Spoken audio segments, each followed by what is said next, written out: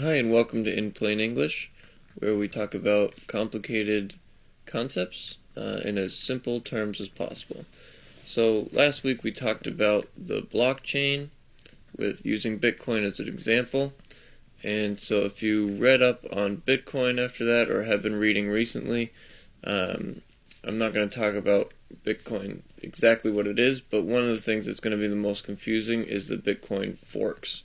They talk a lot about the Bitcoin fork and what that is, and that was a tricky concept to understand. So I'm going to talk about forks in Bitcoin this week.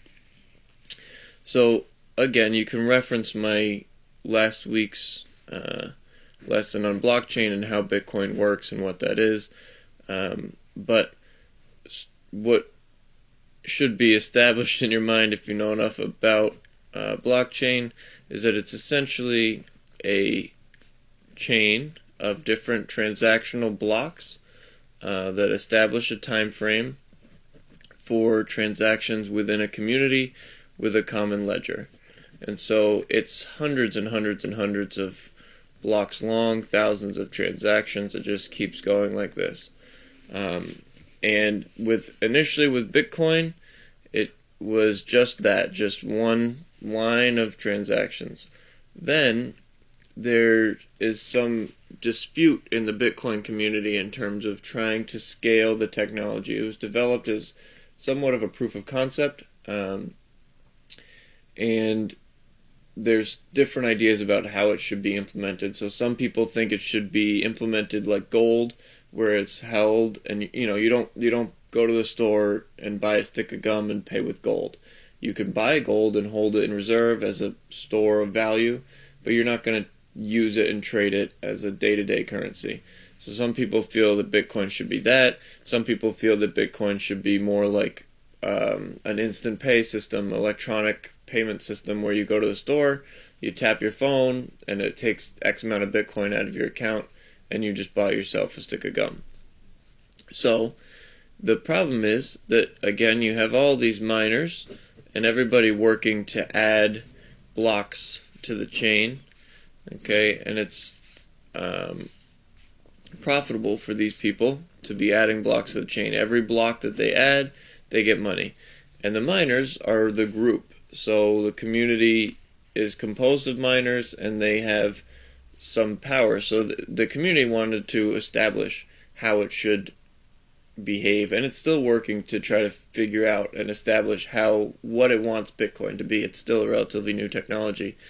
But so what happens is, at some point, a certain percentage of people get together and they say, hey, we want this to be treated slightly differently.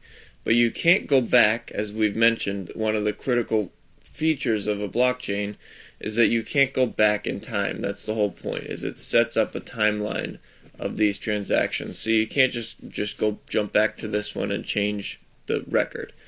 It would destroy everything in the future. So if you do want to make changes to the system to implement the technology or to adapt to changing circumstances, what you have to do is a large percentage of the community has to agree to start writing a new set of files, essentially. So a lot of it, I think of it as like each one of these blocks is, if you're working on, say, a common school project or a common document, and everybody can go in on like a Google Doc and make individual edits and change it, and then they hit save, right? And it goes on to the next edition, save. And it's still the same document, it just keeps getting updated. That's what the original Bitcoin was.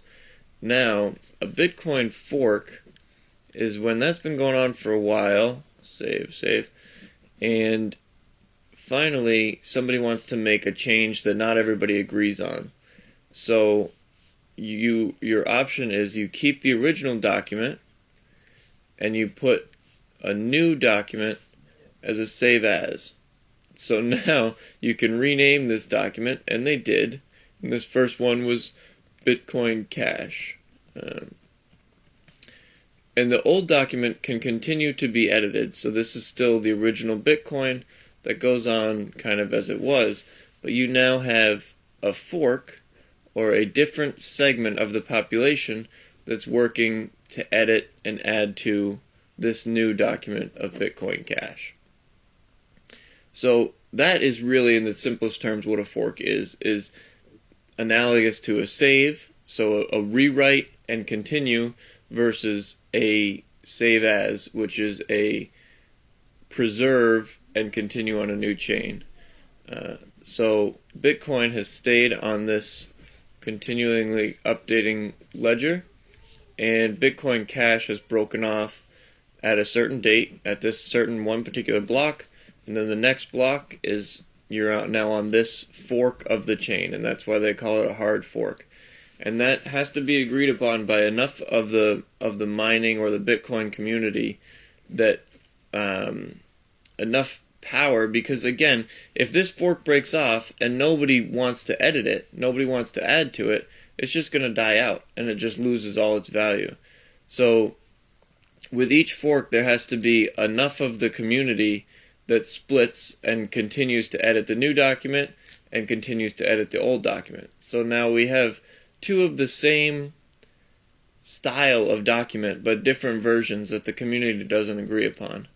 And so that's what happened. That's what a fork is. And now here's the old Bitcoin, the new Bitcoin Cash, and they're going along on these separate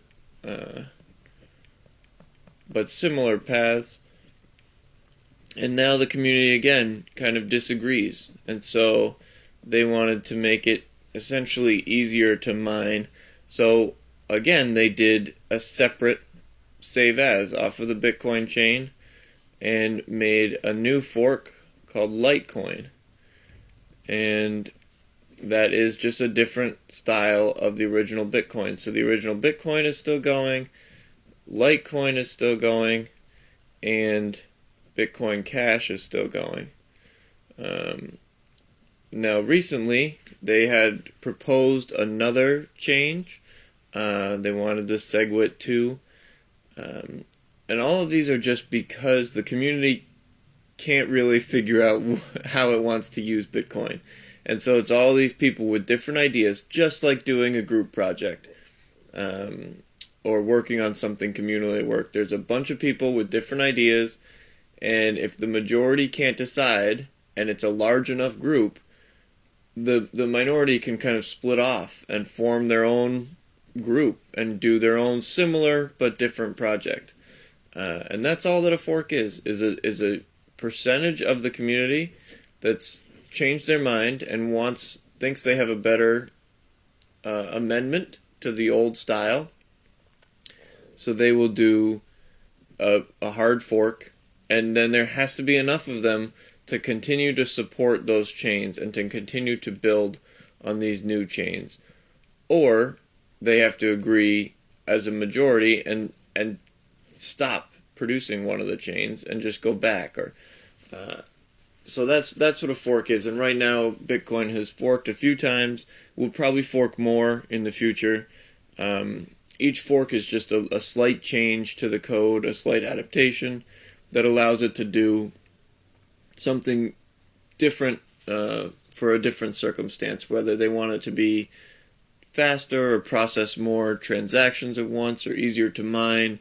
It's all just a different idea within the same community that's divided about how to use this new technology. So it forks several times, and maybe one of them will win out eventually. Maybe they will all continue in different veins. Kind of only time will tell with that. But that's what, as you're investing in Bitcoin Cash or Litecoin or Bitcoin itself or one of the newer forks, that's what you're dealing with. That's not to be confused, just a final note, that's not to be confused with the hundreds of other cryptocurrencies that are out there. So there are all these different forks off of Bitcoin that are similar but slightly different, and then there are totally different concepts. Some of them worthwhile, but totally different concepts, like Ripple and XRP, or like Ethereum, or those are all totally different documents. So all the Bitcoins, Litecoin, Bitcoin Cash, are different editions of the same document. or different editions, say, of the same magazine, right? All of these are National Geographics, and then you've got Time magazine here and People magazine here. So they're all cryptocurrencies, they're all magazines, but they're all different magazines, and all the different Litecoin, Bitcoin, and Bitcoin Cash are different editions of the same magazine, or different editors, or different directors of the movie trilogy, whatever you want to think about it as. That's going to be a Bitcoin fork in plain English.